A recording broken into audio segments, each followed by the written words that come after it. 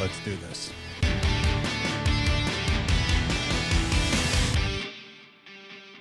Everybody, welcome to another great episode of Coffee with Cagnetta.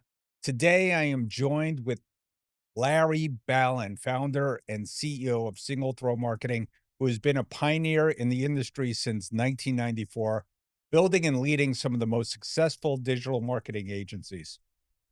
He's a best-selling author and a sought-after keynote speaker. That's where I got to meet Larry. Larry has helped top brands achieve marketing success. So we are going to take a little journey, dive into his insights and the future of digital marketing. Larry, welcome to the show. Oh, thanks for having me. It's a pleasure to be here.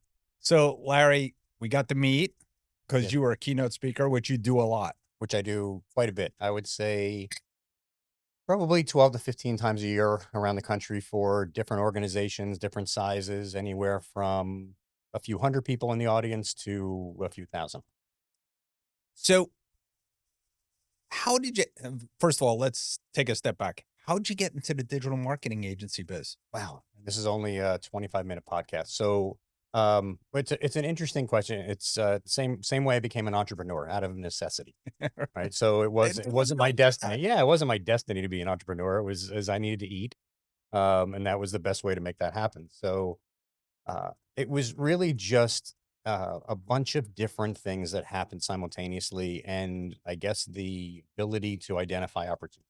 Right. So I'm an artist. I've always had an ability to draw and paint and be creative and do those things. And I had a Right. very good friend of mine who was a technologist. One time he was the senior technologist for Toys R Us. He was always the guy that had the computer as a kid Wow. and just always did that thing. And in '94, he gave me an AOL floppy disk, which I still have. It was I was living in a crappy little 1-bedroom apartment in New Jersey. I was working in the audio video industry, so Right. home theater, car stereos.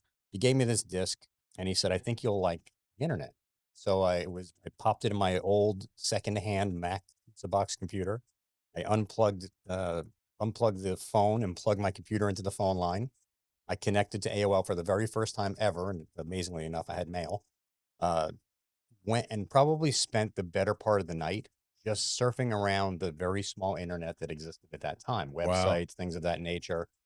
The next morning, I call him up and I go, "Hey, these like website things, if I design one for the company I work for, could you put it wherever websites go so people can see?"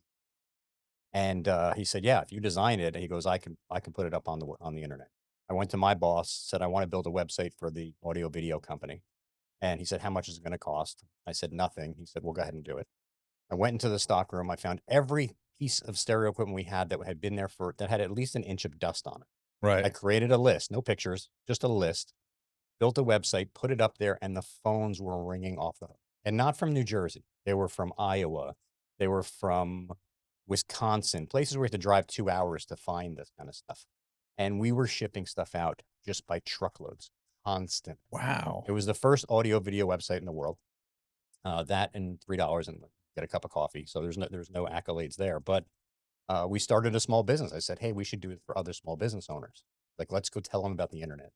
Let's figure out how people find these websites." So there was one search engine in the world called Alta Vista. It was the favorite. It was the favorite search engine of librarians. That was its claim to fame. So we figured out the algorithm, how to work, how to get to the top of that. We built little websites. We ran successfully for about 3 years, hitting every blockade every newly minted entrepreneur hits. Too many Right. partners, equal shares, all this other stuff. And then we started to tank. The business we were infighting, everything that I could fix now in a heartbeat. I just did not know how to fix back then. Luckily, I always knew how to persuade, how to sell. Mm-hmm. And there was only one other company in New Jersey that was selling websites. And every now and then I would bump into them. Got a call from their CEO and he said he wanted to go out to dinner. So now I had already told my partners I'm done. I'm out. We're gonna shut this thing down next month. Went out to dinner with him. The first thing he said to me, this is very apropos to what you guys do. He said, "Ever think about selling your business?" Took me a little by surprise, but you kind of maintain your cool and you go, Right. "Huh, no, I don't know."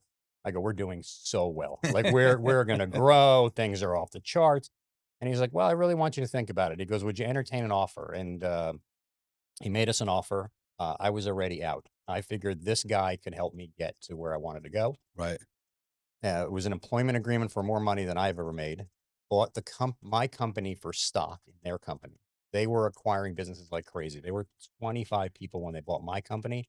2 years later, they were 250. Wow. Dot-com bubble days, they were getting money from everybody. 3 years later, they're being acquired for technology that they invented in the voice over IP space. Wow. I didn't want to go with the voice over IP company. I felt I had enough experience now to start this again and do it right. And and my non-compete didn't exist because the company buying them didn't care about marketing. Right. So I left, started my company. Unfortunately, we were moving into our first office 40 miles outside of Manhattan, moving boxes in on September 11th, 2001. Wow. Yeah. So we went to the roof. You could see the smoke. It was crazy. Dot-com bubble had just burst. I quit my job, mortgaged my house, used my credit cards to live to get this business started, and thought it was over before we even paid the first month's rent. Right. But you roll up your sleeves and you push forward. Long story short, that little AOL floppy disk is still hanging on my wall in my current office. That is awesome. That's a great story. Another Jersey story, by the way. All the good stories are from Jersey. Yeah, I Yeah. mean, we keep, it's so funny because my first business out of college, couldn't get a job. My cousin worked for a cell phone company in Connecticut and hooked me up with this dealer in Union, New Jersey. Yeah. I grew And up in one town over. and we were buying stereos and cell phones and installing them in cars. That was my first business. That's your first business? Yeah. Yeah, so I used to do that.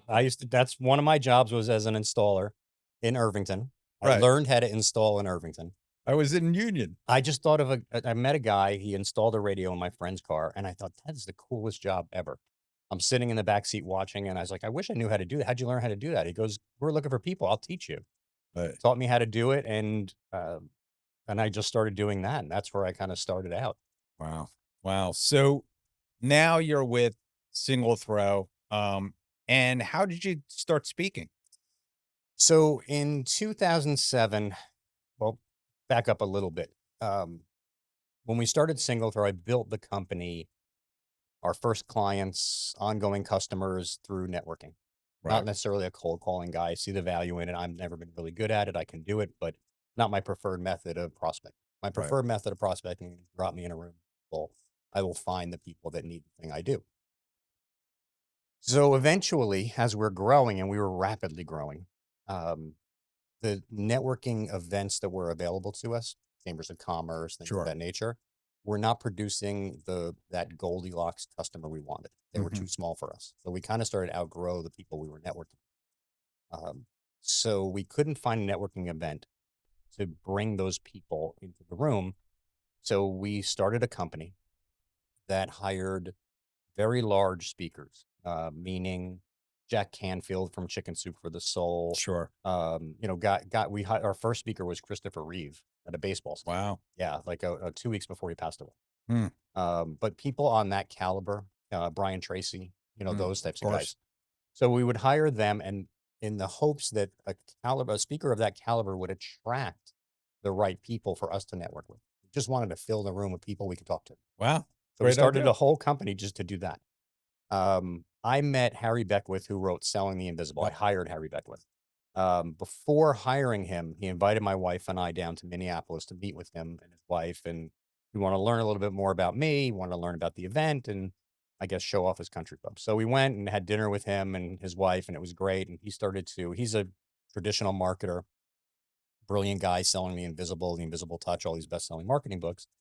Listen to me talk about digital marketing. Now, to him, that's kind of new, especially this is Right. 2006. Very new to him. And he just said to me, he goes, you should really write a book. And I go, well, I'm not really a writer. He goes, it's not about writing. He goes, it's not even about being published. He says that just the exercise of taking what's in your head and putting it on paper and organizing it in book format will change the way you think. Now, this is a guy that I believe I structured my company based on selling the. Right. So I'm going to take his advice. So I take his advice. I start writing. 6 months later, I think I have a book. I look at my bookshelf, and I'm an avid reader of sales and marketing books. So I find publishers of books that I think are similar. I find their addresses. I have Harry. I call him up and he writes the forward to the book. So I put it in an envelope and I send it to 4 publishers. 2 say no, 2 say yes. I talked to the 2, went with 1 publisher. Next thing you know, I've got a published book and, not self-published, but because it's free self-publishing. Right.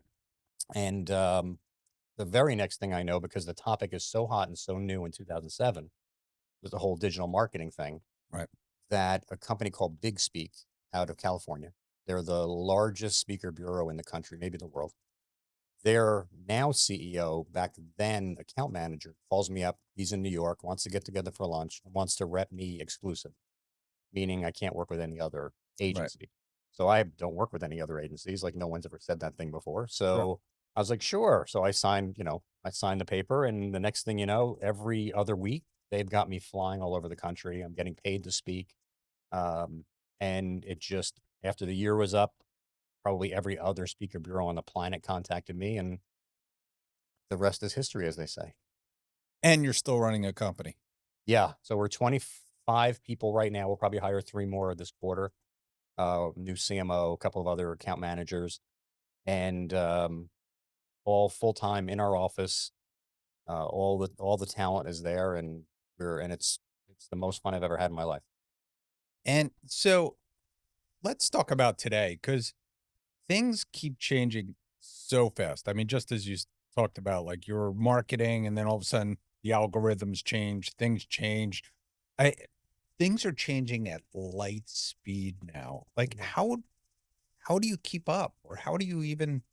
You focus on the things that don't change. Mm, There's a lot of things that change, but there's even more things that never change.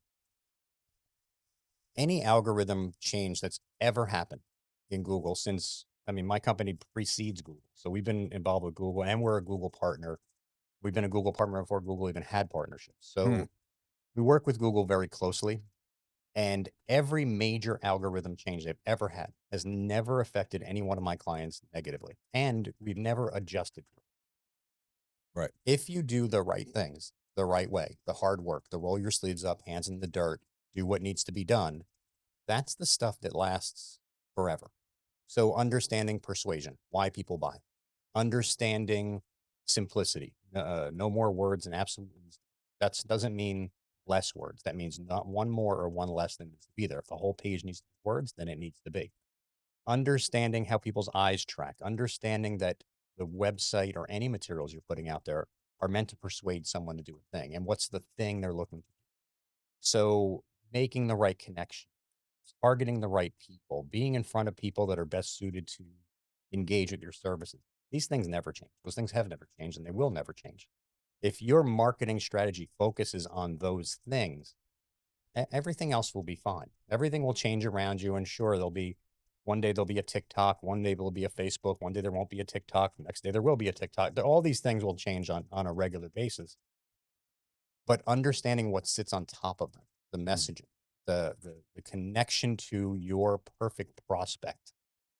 One of the exercises we do with our clients is we do this limited scale exercise. So if I were to limit the scale of your business, who would be the customer? right. Those types of things. And when we understand to that level of who that perfect customer is, then we get to a point of things that will last forever, levels of authority that will last forever. Like right now, we are so busy, we're drinking out of a fire hose, especially because the election year is over and Yeah. now all of a sudden everybody's moving forward. So some of it is that, but a lot of it's also AI. Everybody's trying to figure out AI. People Sure. are, if you go to Google and you ask a question, you're getting an AI answer. Can't Right. buy your way into AI yet. Eventually you'll be able to. One thing Google's really good at is making money. They'll figure out how to monetize AI. They just haven't done it yet.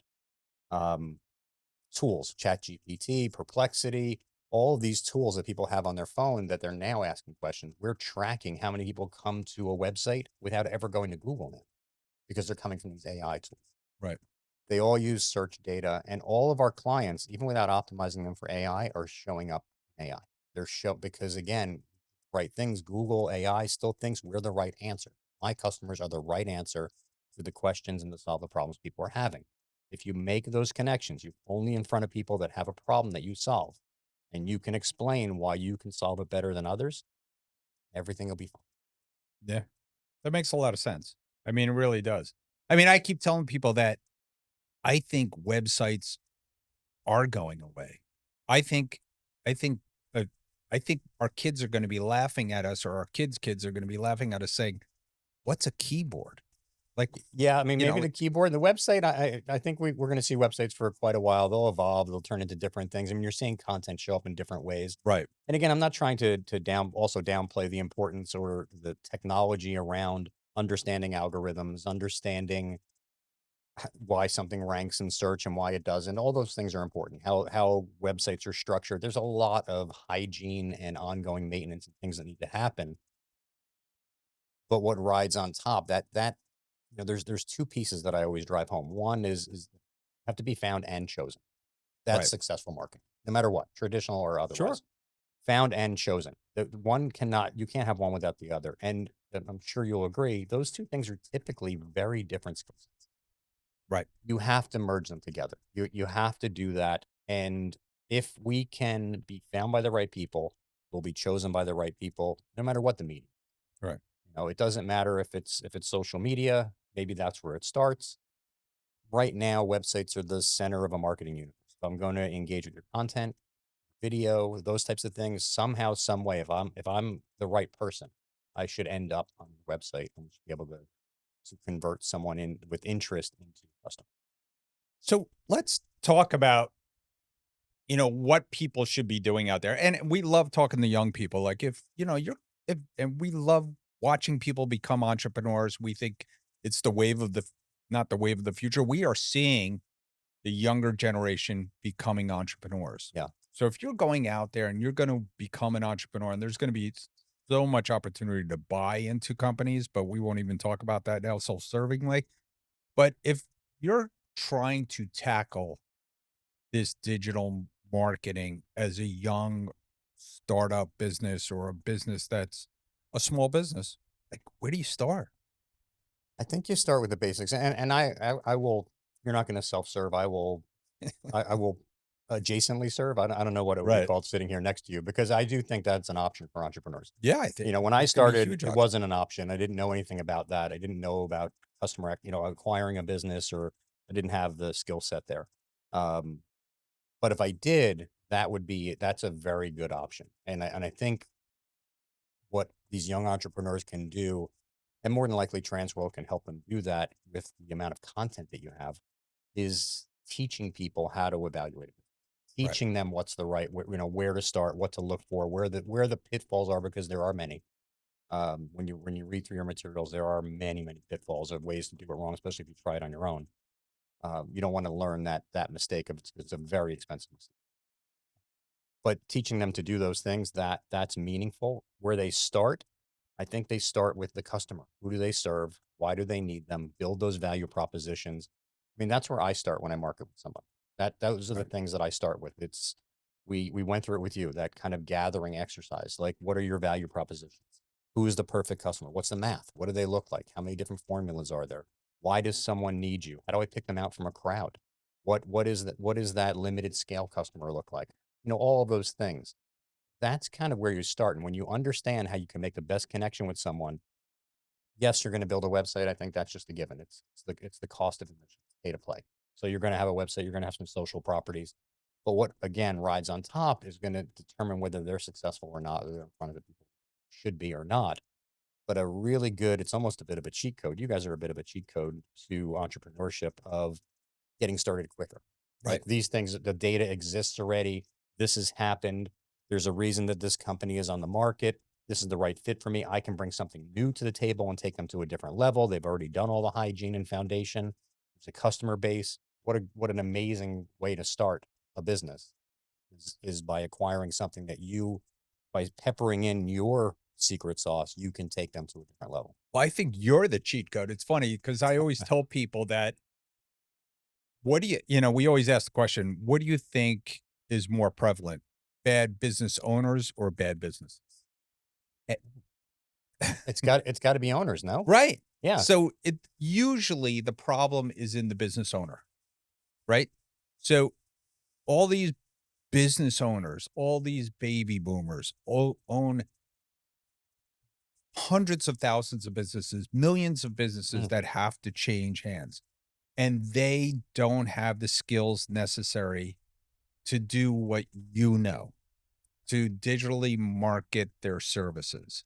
So there's a ton of businesses out there, young people, everybody who's out there listening to us, that if you got in there and you did the right things, you took the digital, you cleaned it up, you figured out what customer you were looking for, you did Mhm. all the right things, you hired a company like, Single Throw, and you went out there, and I always tell people, like, if you do the right thing in business, you almost can't help but be successful at some level. Yeah, I think there's some truth to that. I think there's a lot of truth to that actually. And no matter where you are in business, doing the right thing is kind of the mantra that's on the wall. It's again, it's a pay to play thing. Um, you know, you're not going to be in business. I don't think you won't be in business for long. There's a Right. lot of stories of people that went out of business with the right thing. But um, doesn't mean that that doing the wrong thing because you did something the wrong way means you're out of business. No. It's doing the wrong thing is a completely uh, different animal, I think, than making a mistake or taking a misstep. So missteps are probably different and very helpful in some way to learn Well, from. we always talk about, you know, failure is, you either learn or Prerequisite you to earn, success, right? right? I mean, that's Yes. isn't that the statement? I mean, Yeah. listen, success is far more profitable than failure, no matter what. Sure. So you want to limit, you don't want to fail a lot, but when you do, the other term that I've heard, fail forward. Like try to Right. what can you do to learn from it, and how do you kind of pick yourself up? But again, even if you're an entrepreneur that's been doing this as long as I have, which is started in '94, but my company currently has been around since 2001, so 20 years this year. Right.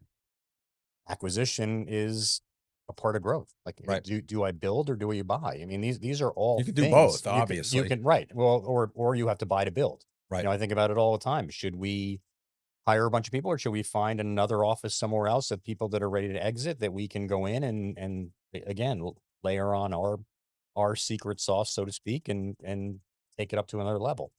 There's so many reasons why to do the thing you do, but from a young entrepreneur perspective, the one thing that is just a prerequisite to be an entrepreneur is understand your value, Right. understand who your customer is, understand why they should choose you over someone else, be able to have those conversations at the drop of a hat, no matter where you are. Right. If you're networking, you're talking to somebody, you bump into somebody, you need to be able to explain why someone needs to be able to identify that, do that thing, and you need to be able to do it as easily as and seamlessly as like left foot, right foot to walk. It should just happen. Yeah. And it takes time to get there. I mean, It does. just from, a Transworld, and we're not a small company, we're not a huge company either, but to try to get in lockstep and do the right things digitally is hard. I mean, it's hard when you're in the middle of it. I always, people are saying I'm starting up a business, and I'm like, do it right the first time. Yeah, Like, for sure, like for go in sure. there first time and do it Well, when right. you get to be as big as you guys are, um, and said missteps have been made or things of that nature from a marketing perspective, it starts to multiply, and Right. it's harder to fix, and then all those things start to pile up because you are very successful in what you do.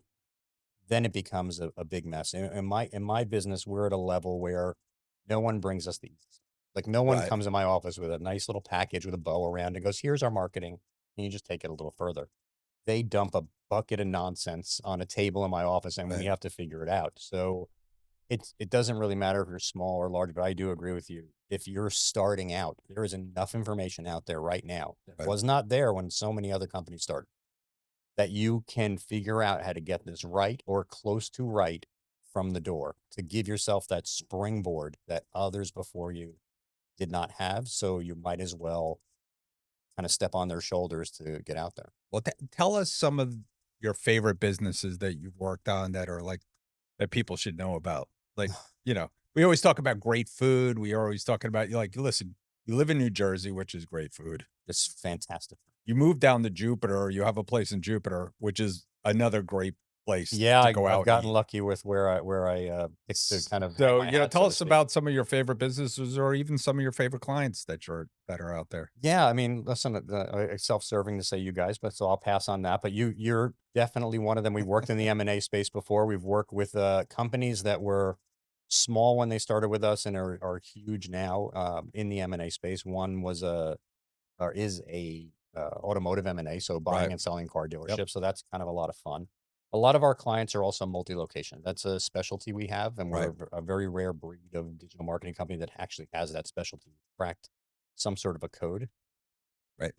that allows us to take a multi-location business and blow it up. So a lot of our clients that are sometimes in the automotive space, sometimes in healthcare space, that have these multi-location, we've figured out a way, and it's exciting to do that because we're always innovating. That's actually what gets me. Come Right. up with a new way of doing something and then bring it to market for the first time. So we have some healthcare clients that we've one is called they're probably the largest in New York, New Jersey, Pennsylvania area, 200 and some odd locations. They're a physical therapy company called JAG. They used to be called Jag One. We helped them rebrand. Now they're Jag Physical Therapy. They sponsor many sports teams, all tons of the My Devils. Pirates. My Yes, Pirates. they sponsor the Pirates, and they're huge. But we've grown with them, so we've been able to do things with them that their competitors haven't been able to do. They've been very open to new ideas we bring to the table. Nice. It's a good partnership. A good client for us is a good partnership. And that word gets thrown around a little too much. But a partnership is someone that we want our clients to trust us. And we don't want them, happy. We want them to be happy. That's great. But happiness is very fleeting. And it doesn't really prove that we did anything right other than maybe we had a good meeting or told a Right. funny joke. But if our clients trust us, we have to earn that every day. And if we're trusted because our clients believe that no one else is going to have their best interests more at heart than we do. And that we're always going to bring new ideas. We're always going to look at different ways to do things, enhance them. We have such a great relationship with Jag.